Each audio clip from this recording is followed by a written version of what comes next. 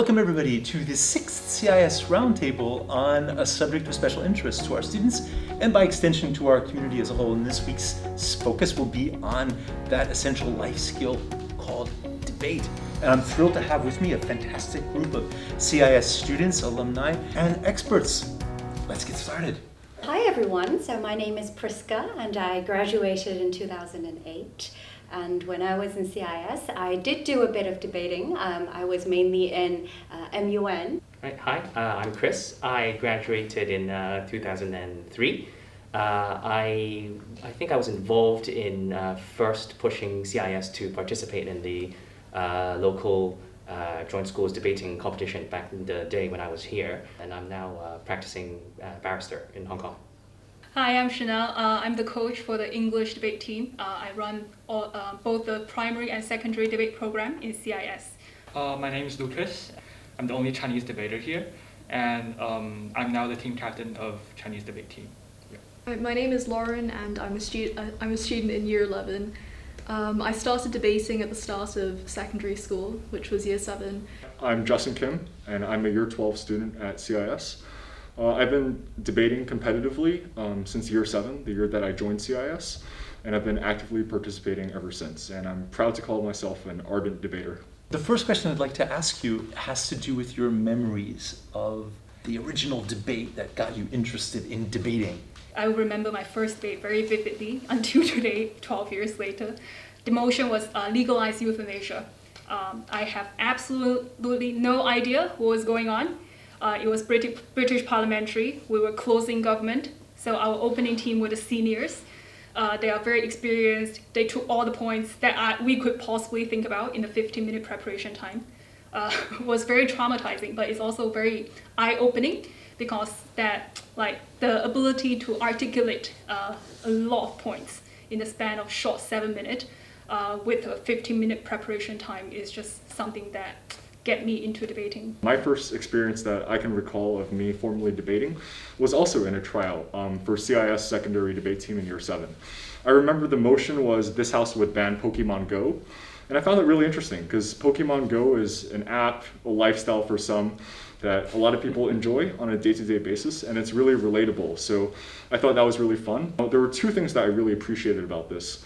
The first thing was that it basically showed that debating had so much bandwidth. You can't really be right or wrong. There's so many ways you can get around to make and prove a point. That's something I really enjoyed because it makes you harness and exercise a lot of creativity. But the second thing it told me was that the world is much more intricate than just making brief statements and conclusions. It really requires you to understand the nuances of specific topics and themes. The first debate motion that I did in Chinese was, should there be objective beauty standards? And I was like, for such a philosophical question, it must be very hard for me to prep. But at the end, I think me and a bunch of other students, like 10 or so, ranging from year 12 to year 7, we all gathered together to come up with one single big case that is so strong, and then at the end we got a really promising result. And I think that's the fun thing about debate, is that it brings teammates and people together. My first debating experience was when I was in Form 1 and I was still in a local school called DGS, and I joined because I wanted to do law in the future, and I'm currently a barrister as well, and people told me that it was the best practice that I could have to be a barrister. The first debating motion I had was boys are better than girls. I didn't believe that boys were better than girls, but I had to come up with a speech very convincingly that boys were better than girls. And so that to me was the fun of debate. It was being able to bring out points that I might not personally believe in, but still be able to get that across. What do you think goes into being a great debater? Obviously, you have to be a very strong presenter. You have to sound with conviction. You have to be persuasive. So which requires you to be very engaging, for example, with the arguments that just come before you. You have to respond to those points, tackle the underlying assumptions and all of that, and advance your own case. I think the presentation part of debating is something what everybody sees. But I think the bigger part about debating is the work that actually go behind it, that you're willing to research, you are willing to observe. Whenever there are issues that going on all around the world. You are willing to get out of your comfort zone, right? Actually going to understanding all kinds of issues that's going on out there, probably not in our immediate life circle, but there will be a topic of interest in debates. So being able to consider like seemingly abstract concepts and being able to relate those in a way that seems more grounded, and also being able to structure your arguments in a way that comes across like convincingly and also appears to have relevance, especially if you're able to give concrete examples and also flesh out the impacts of different arguments. I think that that's quite important. I would say it's the ability to establish a dialogue with the audience. So an ability to engage the listener, whoever's listening to you speak, the ability to speak to engage with that person specifically. And I think how you do that is through what I would call show, don't tell. Essentially, what you want to achieve by show, don't tell is that you lay out everything on the table and you lead the audience to come to the conclusion that you should win. Rather than telling them you should win, you let them come to that conclusion yourself. And I think that's probably what I would regard as the highest level of debating. What debate is trying to answer, is, for the judge's perspective at least, is why should I care? Why should me as an audience that's, that doesn't really know too much about this issue care about this issue that everyone's debating? I think that that's why like being convincing is so important, because it forces you to be humanistic and present arguments that can actually relate to people. What separates a really good debater and a good debater, or just an average debater, is their ability to move away from those esoteric terms, those research, those events, but to actually relate that to why me as the average citizen in the world who is not very informed about something should care. Are there limits on what you would allow yourself to do as a debater, or are there no limits? I think the most convincing cases tend to be the ones where you're able to understand where you're coming from, or the logic of where it's coming from, and I think that that's the best way to also convince the judge as well. And I think that also by doing so, by convincing yourself as much as possible, then you're also able to deliver the best case, obviously without like insulting the other party or without directly trying to contradict them or getting like personally offended by it. But I think that to some extent there is a level of detachment that's necessary, but I also think that being able to convince yourself of the argument is very important. For example, if you have a social justice question or even a medical ethics question or a personal ethics question, and one very common motion in debate is, should abortion be illegalized, for example? Should euthanasia be allowed, for example? So each person will have their own views on something like that. And you may not agree with the position that you've been assigned, but at the end of the day, once the debate is over, then that's it. Just because you argue for a position doesn't mean you actually believe in it. You have to make it seem like you believe in it, and that's perhaps that's a skill involved in debating, but it doesn't reflect your personal beliefs in any way. I wouldn't say everyone, but sometimes I get quite heated up in a debate because I feel this is my point, and the other side has twisted my argument, and this is what I'm saying. And then I think what one always has to remember is that you need to detach yourself from your arguments. Even though you have to sound convincing, in the end it's a debate. You always have to be courteous to the other side, because you have to remember that they're only doing their job as well. They're in a debate together with you.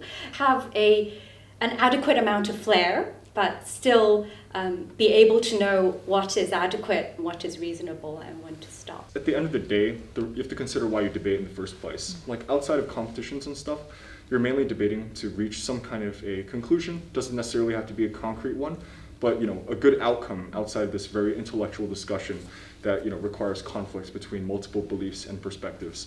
If you think that the trade-off is worth it, and that something is really worth putting up in terms of like multiple perspectives and all the views revolving around them, then yeah, like I would say on an ethical level, it is very worth debating something. It's sometimes more logical and more sensible to agree with the opponent team on some aspects and to reach a common ground between you and them, and to come to a conclusion that is the most beneficial for the third party, which is the judge and the audience. I think that's what makes debate exciting. Yeah. Debating is not about trying to convert people into believing in something or other way around. I think actually the most important quality is the open-mindedness. Even if you personally do not agree with the other point of view, because that's not how you are socialized, how you are educated, but debating pushes you to see the other point of view. Debating will cease to have meaning if you have a lot of restrictions to what you can or cannot say, what you can or cannot debate about.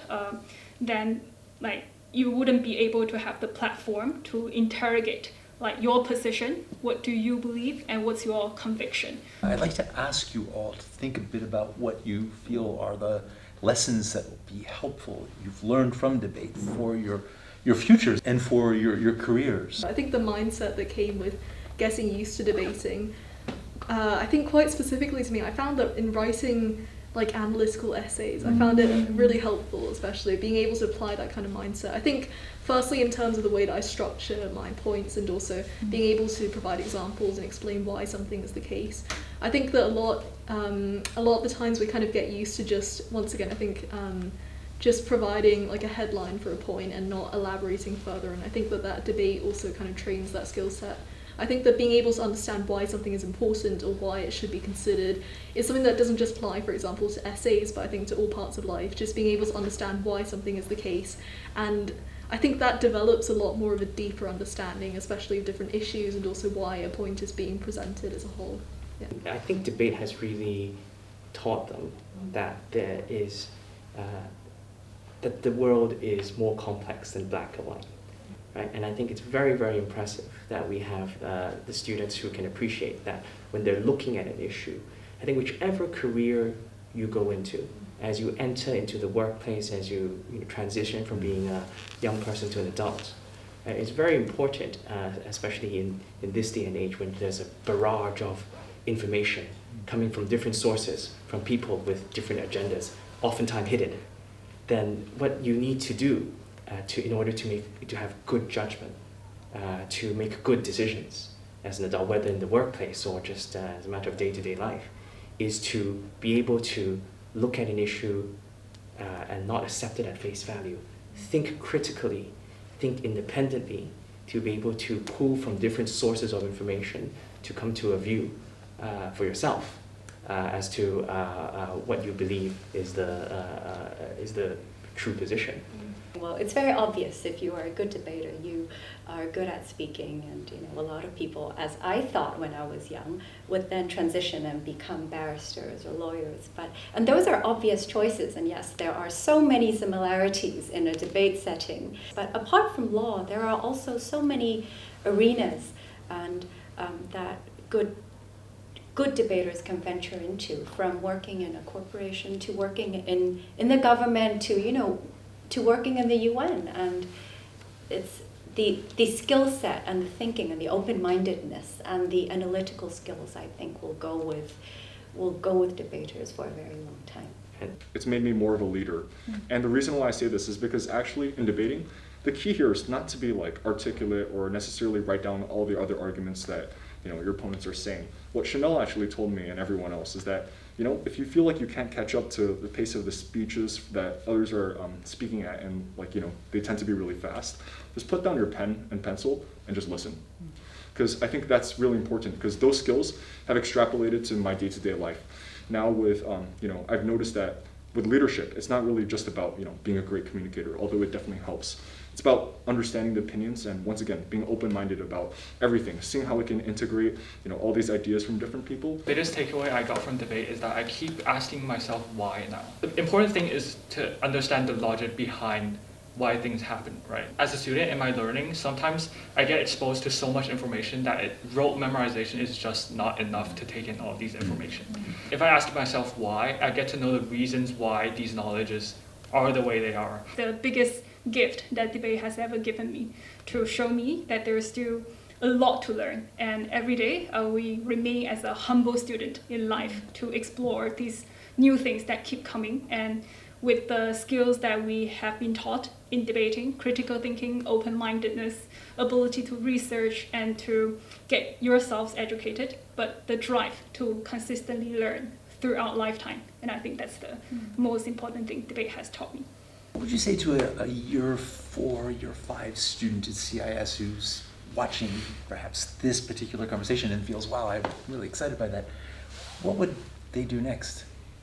I remember very clearly on the first day of me joining the Chinese debate team, the teacher asked us, why did you join the Chinese debate? And at least half of the class said, I like to argue with my parents. So I think what my biggest takeaway is that everyone likes to argue. And I think if you like to argue and if you like to win, which I think everyone does, you have some ability of debate. And even if you don't feel confident enough to debate on a debate on like a court, I think it is very important to have that, to know that arguing is very valuable, and you should definitely keep that talent that you have. I think that the first thing that's, I think, particularly I noticed was also the idea that like a lot of higher level debaters might seem like extremely articulate or extremely good, and a lot of people might think that you have to have that skill set. You need to, for example, have a very good vocabulary in order to engage in public speaking or be good at debate. But I think that that's often not the case, because often it's just being able to give a convincing case and also to be able to understand the skill set of responding to different arguments. And I think that also something like vocabulary is also something that you can develop over time, and I think that you also develop through debate. But secondly, I think that also building your knowledge over the years and kind of getting used to the format is kind of like a gradual but step-by-step process, and I think that a lot of people that start out can also keep that in mind. Yeah. My number one advice is don't be afraid to be wrong. I think that that's probably the biggest barrier to entry to debate. People are scared that they're going to get attacked for every small mistake that they make in terms of like an argument, or they misinterpret a fact. Once again, with a debate, it's not to be right or wrong. It's really about reaching a conclusion, and that could be a moral conclusion.